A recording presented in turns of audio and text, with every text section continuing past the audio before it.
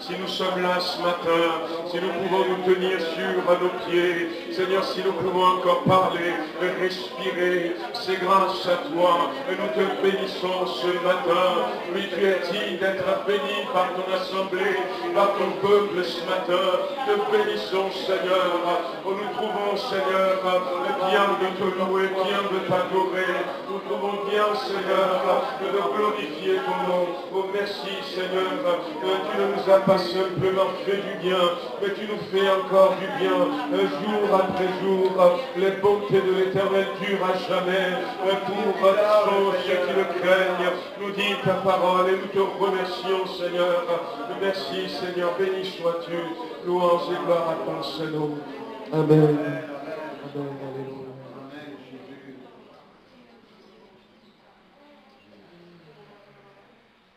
Alléluia. Amen. Gloire à Dieu. Amen. On va ouvrir dans le livre de Ruth. Ce matin, je veux nous parler encore de Ruth. Je sais que certaines personnes ont déjà entendu parler de Ruth à plusieurs reprises. Mais ce matin, nous voulons parler de cette jeune dame qui nous enseigne tellement de choses au travers de l'expérience qu'il a vécue. Nous allons lire Ruth chapitre 1er, verset 1er.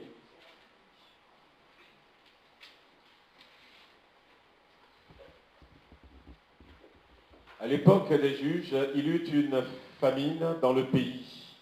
Un homme de Bethléem de Juda partit avec sa femme et ses 2 fils s'installer dans le pays de Moab. Le nom de cet homme était Elimelech, celui de sa femme Naomi, et ses 2 fils s'appelaient Mahlon et Kilion. Ils étaient Éphratiens de Bethléem en Juda. Arrivés au pays de Moab, ils s'y établirent. Elimelech, le mari de Naomi, mourut et elle resta avec ses 2 fils. Ils prirent des femmes moabites, l'une s'appelait Orpa et l'autre Ruth, et ils habitèrent là environ 10 ans. Mahlon et Kilion moururent aussi, tous les 2, et Naomi resta privée de ses 2 fils et de son mari. Alors elle se leva, elle et ses belles-filles, afin de quitter le pays de Moab. En effet, elle y avait appris que l'Éternel était intervenu en faveur de son peuple et lui avait donné du pain. Elle partit de l'endroit où elle habitait, accompagnée de ses 2 belles-filles, et elle se mit en route pour retourner dans le pays de Juda. Amen. Voilà le début de l'histoire de Ruth.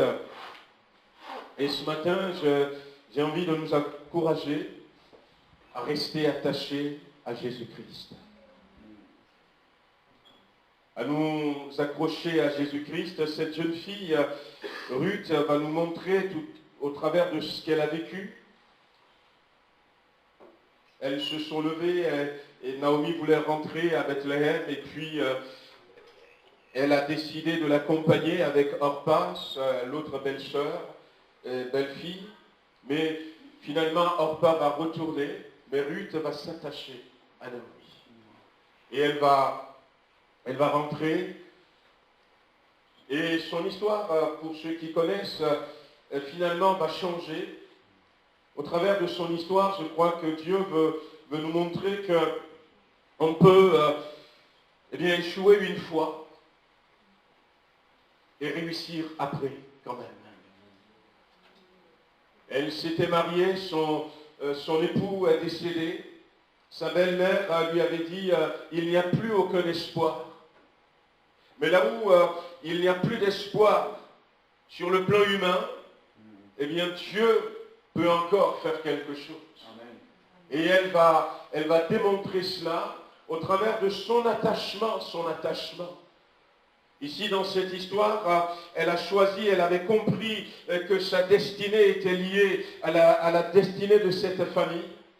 Et elle va s'attacher à cette famille. Elle va s'attacher à cette famille. Et en s'attachant à cette famille, elle va parvenir jusqu'à cet homme qui s'appelle Boaz. Et au final, eh bien, là où on pensait que c'est fini pour lui, c'est fini pour elle, et on ne peut plus rien tirer, on va voir une nouvelle vie qui va jaillir, une espérance nouvelle, des perspectives nouvelles. On va voir un avenir solide qui va venir à jour. Là où on pensait qu'il y a la mort, il ne peut plus avoir la vie, eh bien on va voir encore cette jeune dame donner naissance. Et elle avait réussi tout cela parce qu'elle avait décidé de s'attacher à cette famille. Elle avait décidé de s'attacher à cette famille.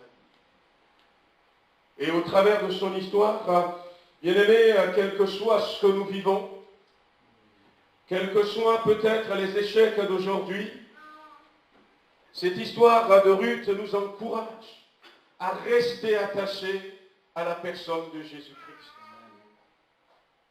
Oh, il y aura bien des épreuves, il y aura des vents violents, il y aura des tempêtes, il y aura peut-être des déceptions, mais ce matin, je veux vous encourager que rien ne vienne vous détacher de Jésus-Christ.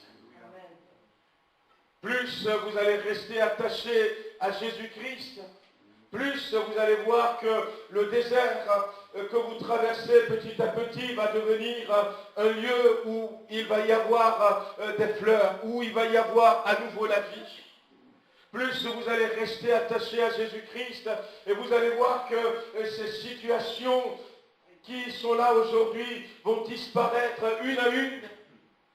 Plus vous allez rester attaché à Jésus-Christ, vous allez voir que vous ne manquerez jamais d'espoir et d'espérance.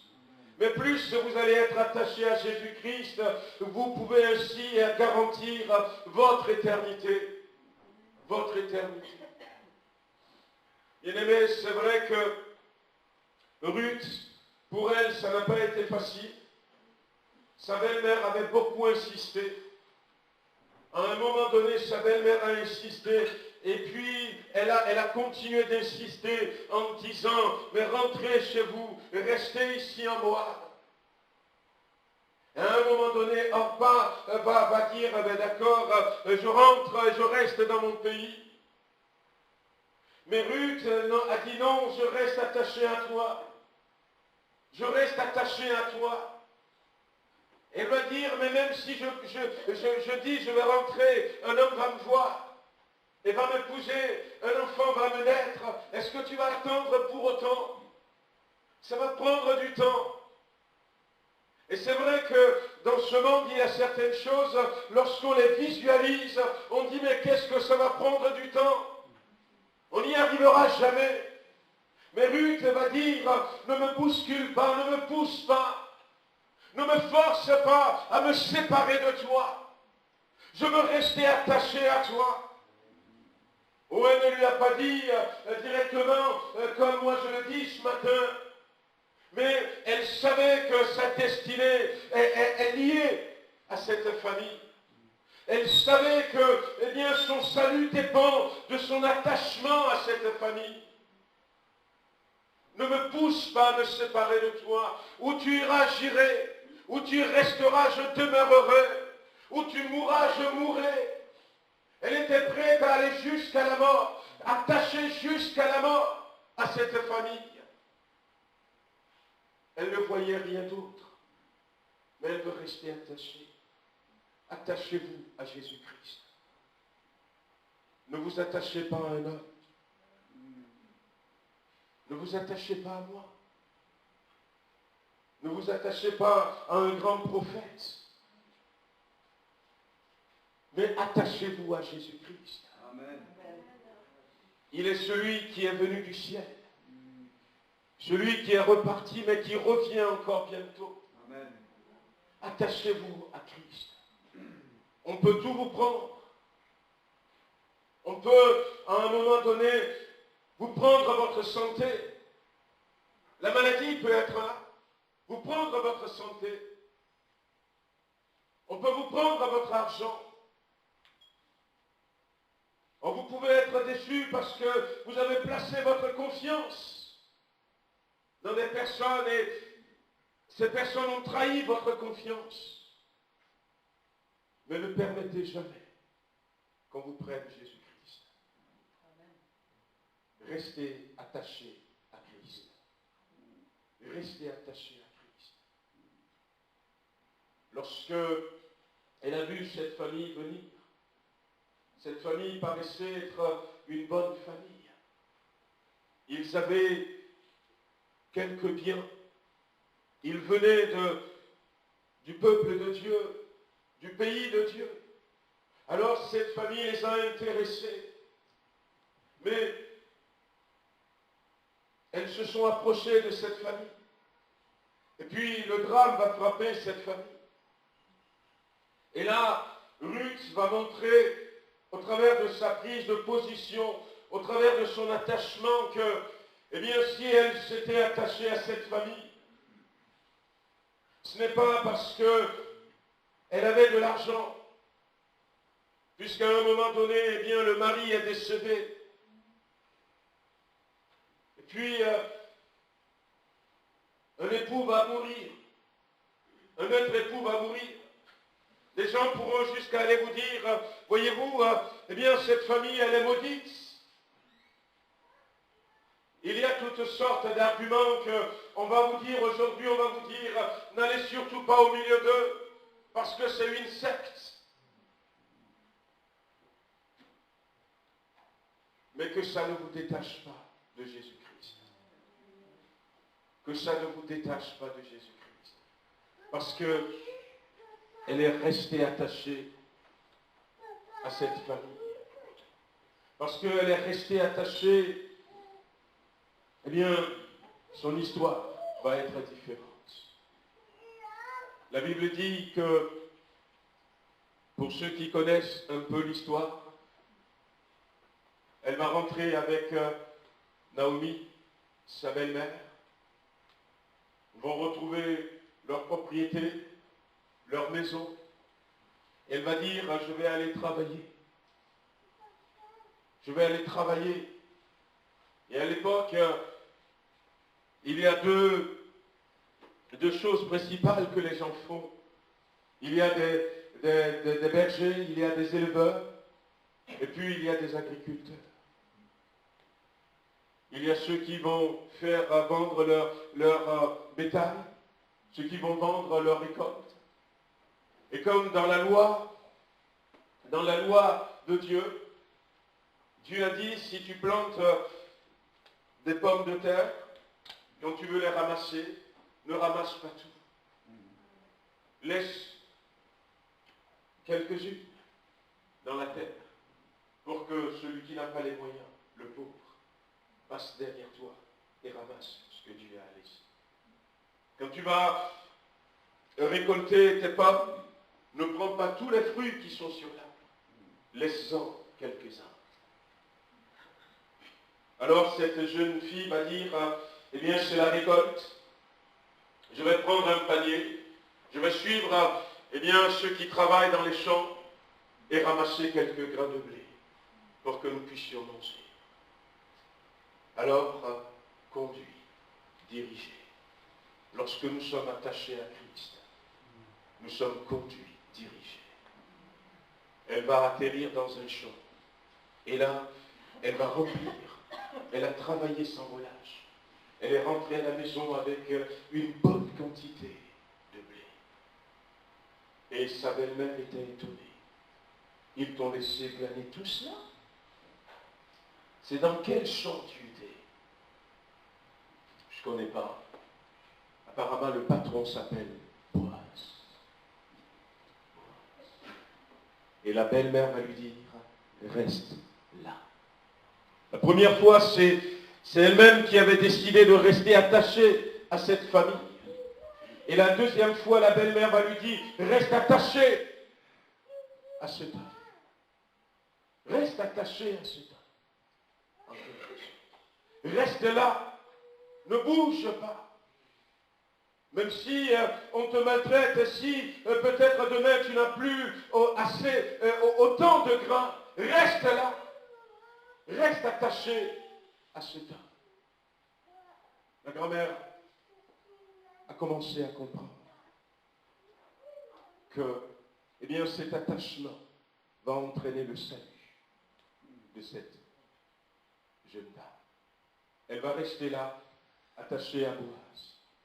Voyez-vous, Boaz, dans ce récit, il est l'image de Jésus-Christ.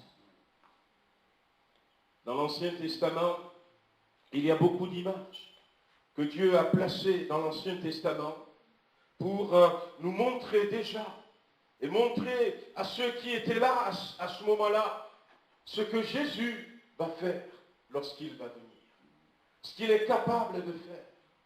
Et le nom Boaz signifie la force est en lui. La force est en lui. Elle va rester attachée à cette famille, elle va rester attachée à cet homme. La force est en lui. D'abord, en Christ, lorsque nous restons attachés à Christ, ce que nous voyons que Ruth a vécu, eh bien c'est la force de la sollicitude. La force que Dieu a de pourvoir à nos besoins. La force que Dieu a de nous comprendre. La force que Dieu a de nous servir. Elle était revenue et puis il y avait cet homme qui était là aussi. Et l'homme l'a vu. Mais qui est cette jeune dame? Oh, c'est une étrangère. Elle s'appelle Ruth. Elle s'appelle Ruth. Elle est revenue avec Naomi. Et cet homme dira à ses ouvriers, ne la brusquez pas. Ne la bousculez pas. Ne la regardez pas de travers. Eh bien, ne lui faites pas de la peine. Mais au contraire, laissez beaucoup plus de graines que d'habitude pour elle. On vous dira, venez ailleurs. Il y a des nouveautés. Vous allez trouver un travail. Vous allez vivre une vie épanouie. Mais en dehors de Christ, vous ne trouverez personne qui a autant de sollicitude pour vous, comme Boaz l'a démontré pour Ruth. Quelqu'un qui vous comprend. Quelqu'un qui d'un seul regard, il sait ce que vous vivez à l'intérieur de vous-même. Quelqu'un qui connaît votre parcours. Quelqu'un qui connaît la quantité d'eau dont vous avez besoin pour étancher cette soif que vous avez en vous. Quelqu'un qui connaît la dimension du vide que vous avez dans votre cœur. Et quelqu'un qui sait comment répondre à ce besoin. Vous n'en trouverez pas. La force de la sollicitude, de la compréhension, de l'amour est en Christ. Restez attachés à Christ. Restez attachés à Christ. La force, on va voir dans 2 chapitre 20, Ruth chapitre 2, verset 20.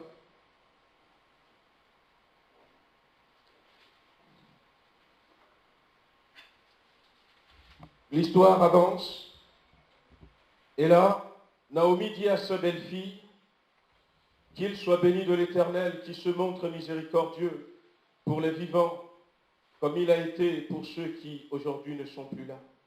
Cet homme est notre parent, lui dit encore Naomi. Il est de ceux qui ont sur nous droit de rachat. La force du droit de rachat. La force du droit de rachat. Dans cette histoire, il s'agit d'une coutume, d'une tradition qui se pratiquait. Mais en Jésus-Christ se trouve, il est le seul qui a le droit de rachat sur nous. Le seul. Le seul qui peut nous racheter le seul qui peut nous restaurer. Cette jeune dame avait perdu son époux et elle a perdu toute espérance de revivre une vie d'épouse, une vie de famille, avoir des enfants, atteindre ce rêve qu'elle avait. Et en restant, quelqu'un dira, en restant attaché à cette famille, eh bien, tu n'as plus aucun espoir. C'est ce que le monde va me faire croire. Qu'en restant attaché à Christ, vous loupez tout. Vous ne réussirez pas. Il vaut mieux vous accrocher à votre vie professionnelle. Il vaut mieux peut-être vous accrocher à vos amis, je ne sais pas. On va lui dire, mais si jamais tu as envie de te remarier, si tu veux avoir des enfants, ne t'attache pas à cette famille. Mais ce que le monde qui va vous donner ce conseil ne sait pas. Ce que ceux qui peut-être ont parlé comme ça à Naomi ne sait pas. C'est cette vérité qui ont parlé à Ruth ne savait pas. C'est cette vérité que Ruth lui a dit. Il est le seul à avoir un droit de rachat. Jésus-Christ. Jésus est le seul à avoir un droit de rachat. Avoir un droit de rachat. La force du droit de rachat. Vous avez tout perdu. Vous êtes peut-être dans un trou, la déchéance totale. Eh bien, en Jésus-Christ, il y a une force qui peut vous restaurer. Qui peut vous restaurer.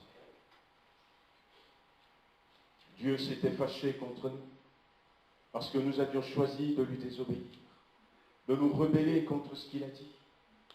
Nous avions à un moment donné pensé que nous pouvons faire notre vie comme le fils cadet dans Luc chapitre 15.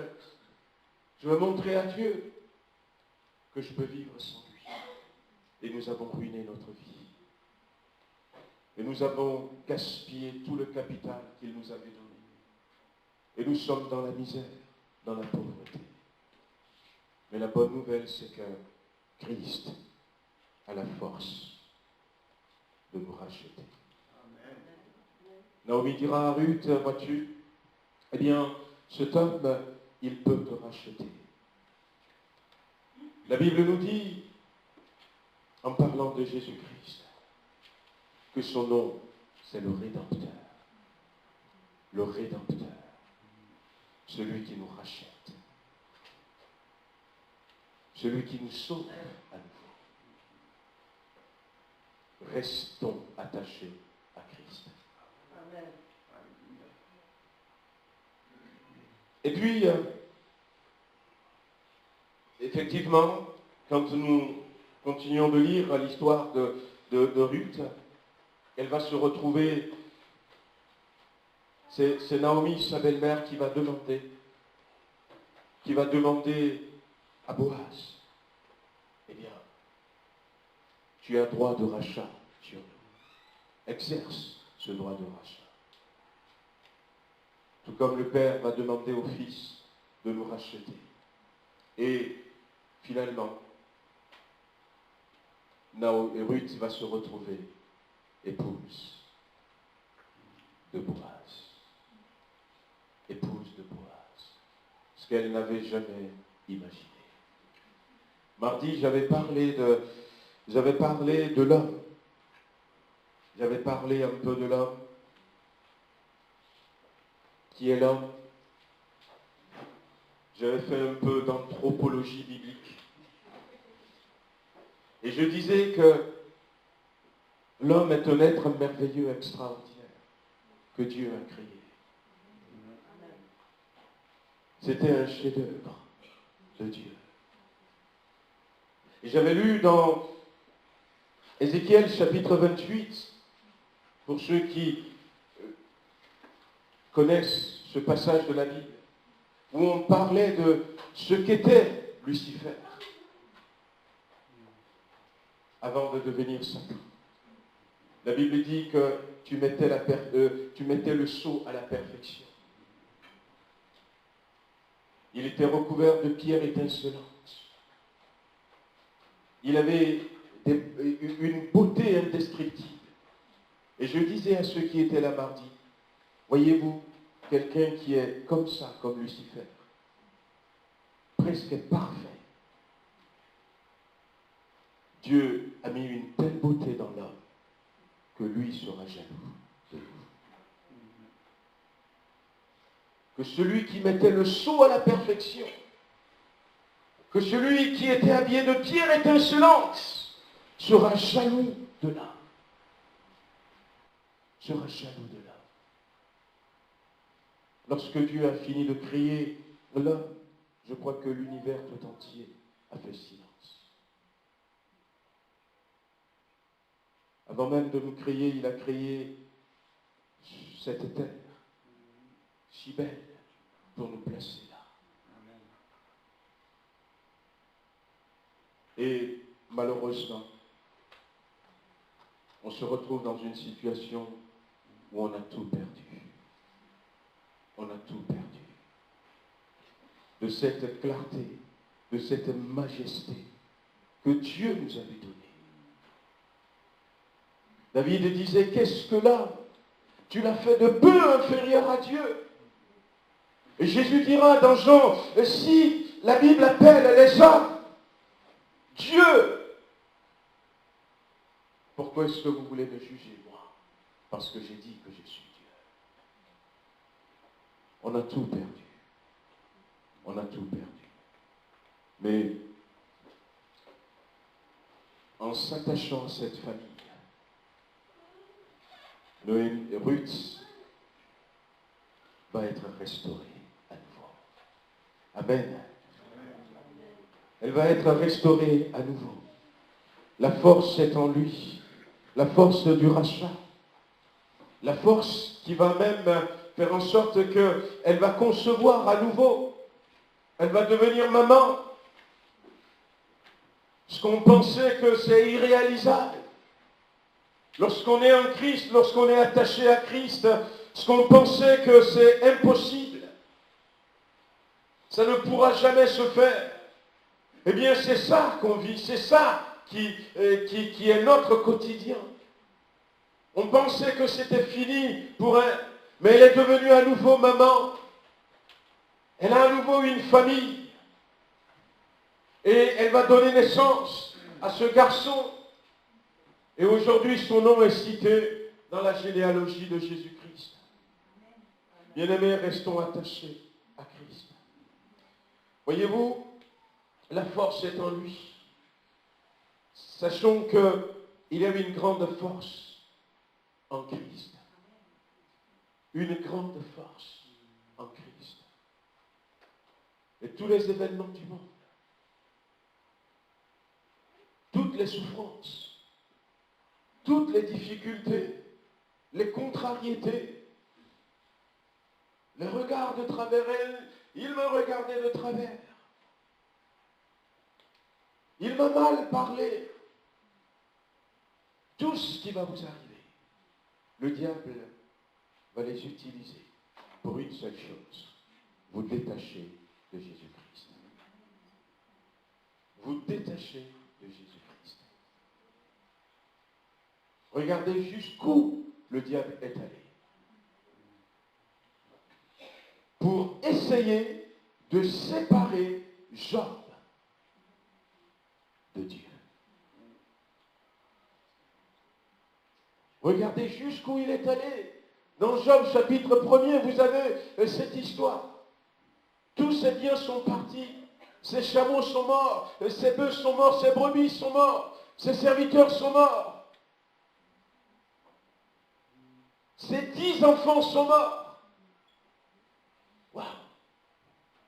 Ne dites pas, eh bien, si Dieu est capable de faire ça, alors je lui tourne le dos. Le diable aura gagné. Aura gagné. Mais dites plutôt, eh bien, Dieu a permis. Dieu a permis. Job, lui, il avait dit, l'Éternel a donné, l'Éternel a repris. Que le nom de l'Éternel Sois béni. Il a dit comme ça. Et puis après, il a été attaqué dans sa santé. Maintenant qu'il n'a plus rien, il n'a plus d'argent, il a été attaqué dans sa santé. Il a perdu sa santé, il a perdu son honneur, il a perdu son respect. Il était obligé d'aller s'asseoir des fois, là où on brûlait les ordures, pour prendre la cendre, pour passer ça sur son corps. Le corps était plein d'ulcères. Certains diront, mais si je dois être humilié jusque-là, à cause de Jésus-Christ, je préfère lui tourner le dos. Ne le faites pas, bien-aimés. Restez attachés à Jésus-Christ. Restez attachés à Jésus-Christ. Sa femme était venue à un moment donné. Elle était peut-être la seule qui est restée parce que, eh bien, les serviteurs, les quelques-uns qui ont été épargnés sont partis. On va dire, mais c'est bizarre, je ne veux plus rester dans cette maison. Il n'y a plus rien, il n'y a même plus rien pour nous payer. Il n'y en avait pas un seul qui aimait assez son maître pour dire, je vais rester avec toi. Et puis finalement, sa femme était venue et sa femme lui a dit, mais c'en est trop. Maudit Dieu meurt. Il vaut mieux mourir que de vivre cette vie. Peut-être qu'une voix va vous le dire. C'en est trop. Ne l'écoutez pas cette voix. Et sa femme était partie. Il était resté là seul. Le diable est allé jusque-là pour le séparer de Dieu. Mais gloire à Dieu, il n'avait pas réussi. Et tout comme il n'a pas réussi pour Job, maintenant que moi j'ai Christ, je veux rester attaché à lui. Et peu importe les armes que l'ennemi va utiliser, la stratégie qu'il va choisir, Seigneur, fais en sorte qu'il ne réussisse pas à me détacher de lui. Que ça soit notre prière. Finalement, il y avait quelques amis qui ont dit, allez, on ne va pas le laisser comme ça. On va aller le consoler. Mais c'était des consolateurs pénibles. Oh, des fois, on en a aussi. Un frère, une sœur, qui pensait peut-être nous dire une parole. Pour nous dire que, eh bien, je suis avec toi. Mais cette parole nous pénètre comme un poignard. Il y a des fois, on peut être maladroit en voulant consoler quelqu'un. Mais, eh bien, Job était là. On dit, oui, c'est ta faute, c'est ta faute. Mais parce que Job est resté attaché à Dieu. Voyez-vous, Job aurait pu dire, eh bien, vous avez raison. À quoi ça sert, cette vie? Il n'y a plus d'espoir, il n'y a plus rien. Je n'ai même plus la santé. J'ai plus personne. Et dans ses propos même, on va ressentir à un moment donné, il va dire, je maudis le jour qui m'a vu naître. Mais je reste quand même attaché à mon Dieu. Son histoire ne sera pas écrite. Ou même si son histoire est écrite, eh bien, ça ne finirait pas comme c'est fini. On dira, il y avait un homme qui s'appelait Job, qui aimait Dieu de tout son cœur, et qui allait faire des offrandes à Dieu tous les jours, qui avait 10 enfants, 7 garçons et 3 filles, qui avait de grands biens. Mais cet homme, le diable l'a tenté, et le diable a réussi à le séparer de Dieu. Il est mort malheureux, seul, pauvre, sans enfant ni personne. Il est mort sur le dépotoir du village. Et son histoire serait terminée comme ça, s'il avait accepté de se détacher de son Dieu. Mais parce qu'il a dit non, non, je reste attaché à mon Dieu. La Bible dit qu'il a été visité par Dieu. Dieu va lui parler. Il va entendre la voix de Dieu. lui va entendre plus que sa voix, puisque son œil va voir Dieu. Lui-même le dira, mon oreille a entendu parler de toi, mais maintenant mes yeux te voient. Parce qu'il a décidé de rester attaché à Dieu, mes yeux te voient. Et il a vu la grandeur de Dieu, il a vu la majesté de Dieu. Et il a reçu encore des révélations sur des choses qu'il a marquées pour nous. Et puis finalement, eh bien son histoire s'est bien terminée. Son histoire s'est bien terminée. La Bible dit qu'il a eu à nouveau 10 enfants. Encore 7 garçons et 3 filles. Et parmi les filles de la contrée, parmi les filles de cette ville, ce village, où il vivait, il n'y avait pas une seule qui soit aussi belle que les 3 filles de Jacques. Dieu lui a donné des joyaux pour que tout le monde en parle. Parce que Dieu veut qu'un peu partout, les gens puissent dire, si on reste attaché à Christ, si on reste attaché à Dieu, quelle que soit la violence des tempêtes, Dieu sait récompenser ceux qui s'attachent à lui. Il sait récompenser ceux qui s'attachent à lui. Et puis il a eu encore de la richesse. 2 fois plus qu'il n'en avait avant. Et non seulement ça. On dit, mais oui, mais tu es déjà arrivé à 120 ans. Tu es déjà arrivé à 100 ans. Tu ne vas même pas avoir le temps de profiter de tout cela. Dieu lui a donné de vivre encore pendant 140 ans. Pendant 140 ans. Ouais. Dieu lui a redonné encore toute une vie. Toute une vie. Moïse était mort à 120 ans. C'est vrai, Abraham était mort à 175 ans. Mais Dieu lui a donné encore toute une vie pour profiter des bénédictions qu'il lui a données. Restez attachés à Christ.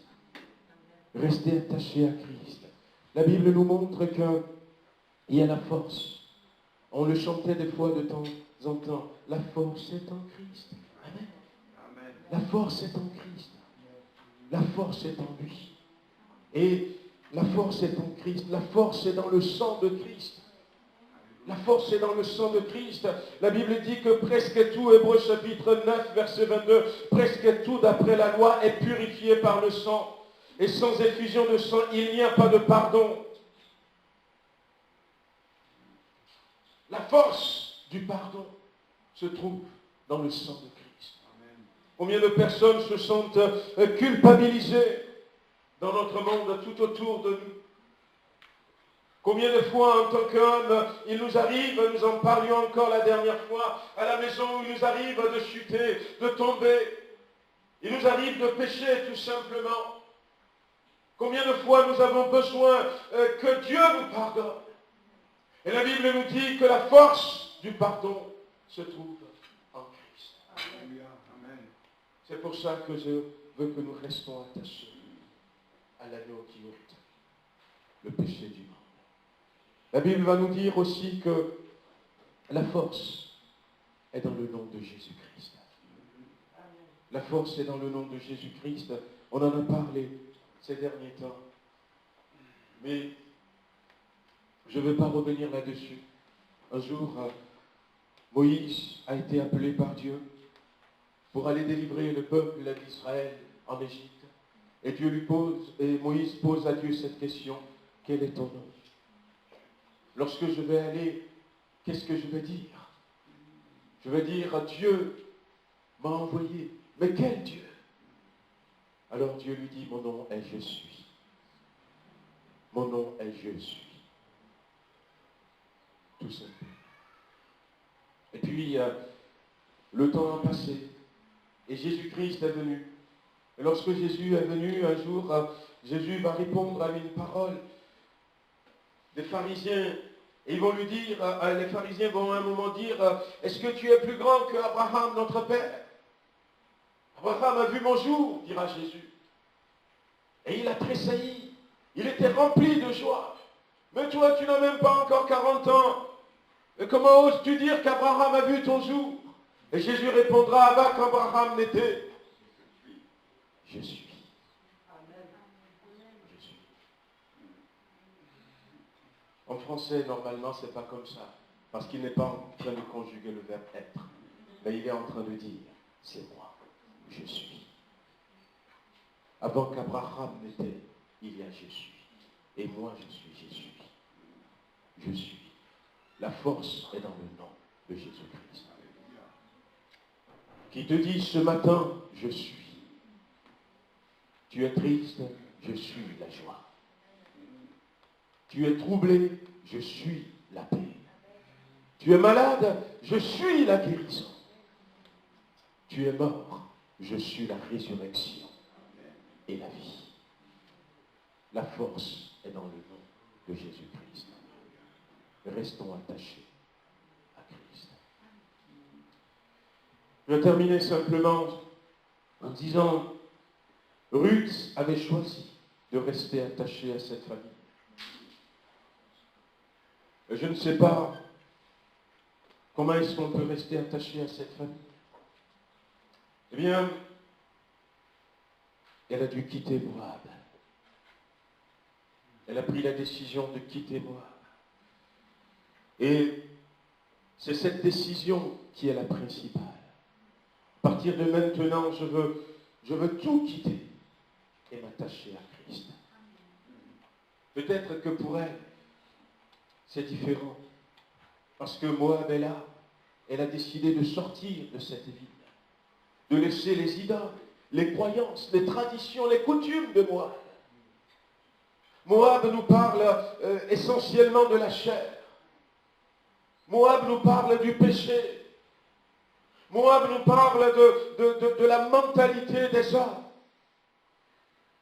De la solution des hommes. C'est ce que représente Moab. Moab nous parle de l'espoir que nous avons en tant qu'humains. De la stratégie des hommes. Souvenez-vous de Lot et de ses deux filles. Comment Moab est né. Moab nous parle de cette consanguinité. Et c'est pour ça qu'entre Moab et Israël, il y a eu toujours guerre.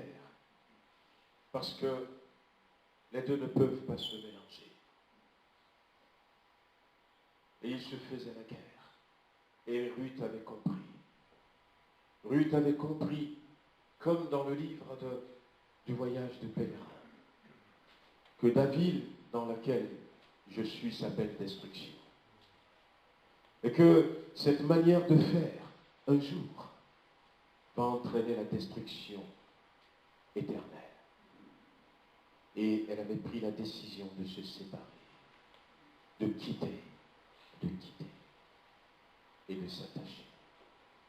La Bible nous dit, c'est pourquoi l'homme quittera son père et sa mère et s'attachera à sa femme. Et les deux deviendront une seule chair. Et si on ne quitte pas, on ne peut pas s'attacher. La Bible est claire là-dessus. C'est pourquoi l'homme quittera et s'attachera. Et ils deviendront. Il y a un processus. Il faut quitter pour s'attacher. Il faut quitter, lâcher quelque chose pour prendre la main de Jésus-Christ. Je ne sais pas si vous l'avez fait tous. Si vous l'avez fait, gloire à Dieu. Mais si vous ne l'avez pas fait, Seigneur, je veux quitter mon propre raisonnement. Je veux quitter cette manière de vivre que j'ai décidée pour moi-même. Je veux quitter cette vie que je mène. Je veux m'attacher à toi. Je veux m'attacher à toi. Si vous l'avez déjà fait, eh bien,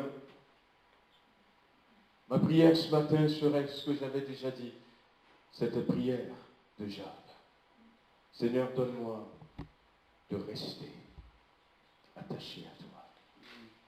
De rester attaché à toi. La Bible nous dit que lorsque nous étions sans force, Christ est mort pour nous. Et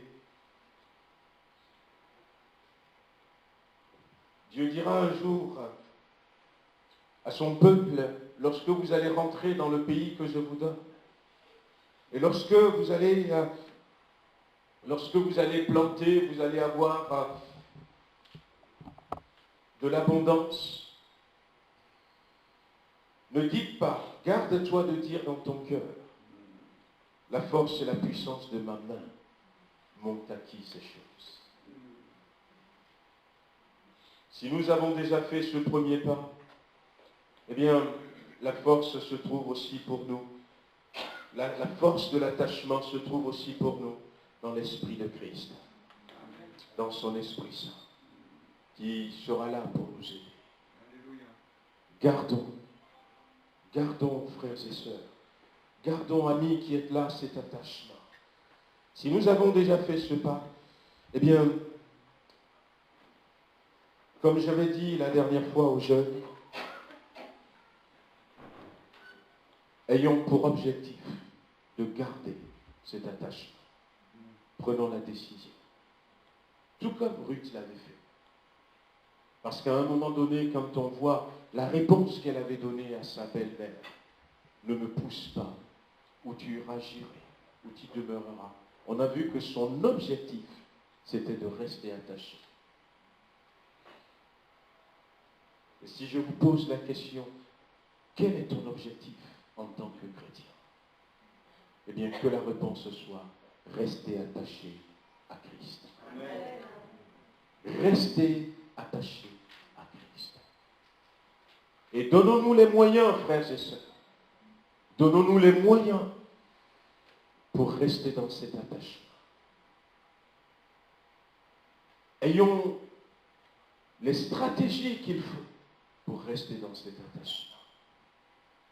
Dans les moyens que nous pouvons nous donner, c'est déjà la méditation de la parole. J'ai un but à atteindre. Et c'est important pour ma vie d'atteindre ce but.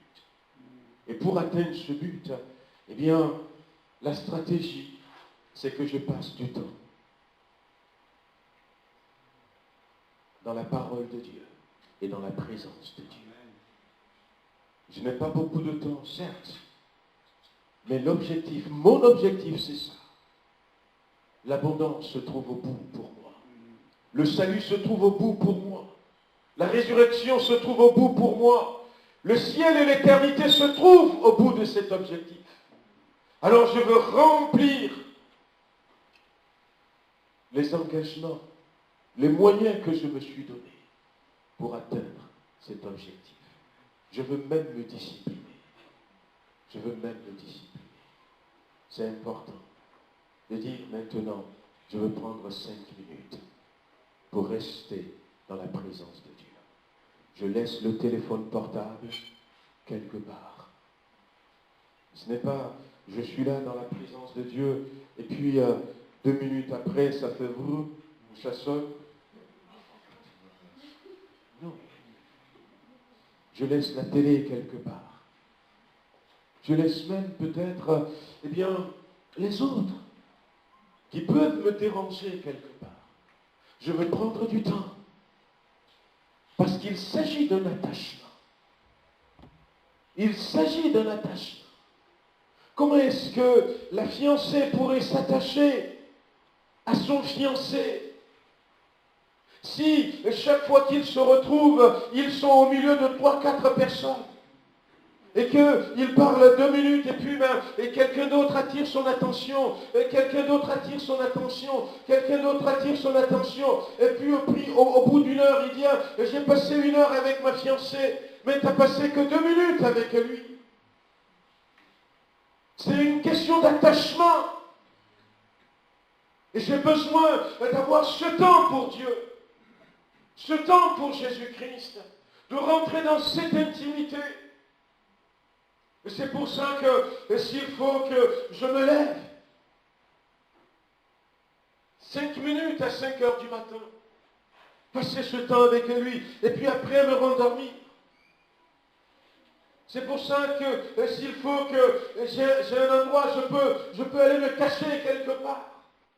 Pour passer ce temps avec lui, c'est son moment, parce que je veux rester attaché à toi, mon Seigneur. Amen. Je veux te connaître. Je veux m'attacher à toi. Je passe ce moment. Et je veux me discipliner. Je veux le faire. Tous les jours, si c'est mon cas. Ou tous les 2 jours. Commencez comme vous voulez. Même une fois par semaine, vaut mieux que rien. Que je passe toute une semaine sans prendre du temps de rester dans sa présence. Voyez-vous, pour qu'un foyer puisse aller de l'avant, on va conseiller le dialogue. Il faut beaucoup vous parler. Ne gardez pas les choses à vous. Et puis, pour aussi s'attacher à quelqu'un, il faut l'écouter, il faut parler avec la personne. Et Dieu nous a donné un moyen par excellence de nous attacher à lui, la prière. La vraie prière. Peut-être qu'on n'a pas le temps de prier de cette manière à l'église chaque fois. Mais la prière, en réalité, c'est un dialogue. C'est un dialogue. Où je lui parle et il me répond. Où il me parle et je lui réponds. Alors, ici en France, on va avoir le temps, peut-être, d'élever la voix dans le culte.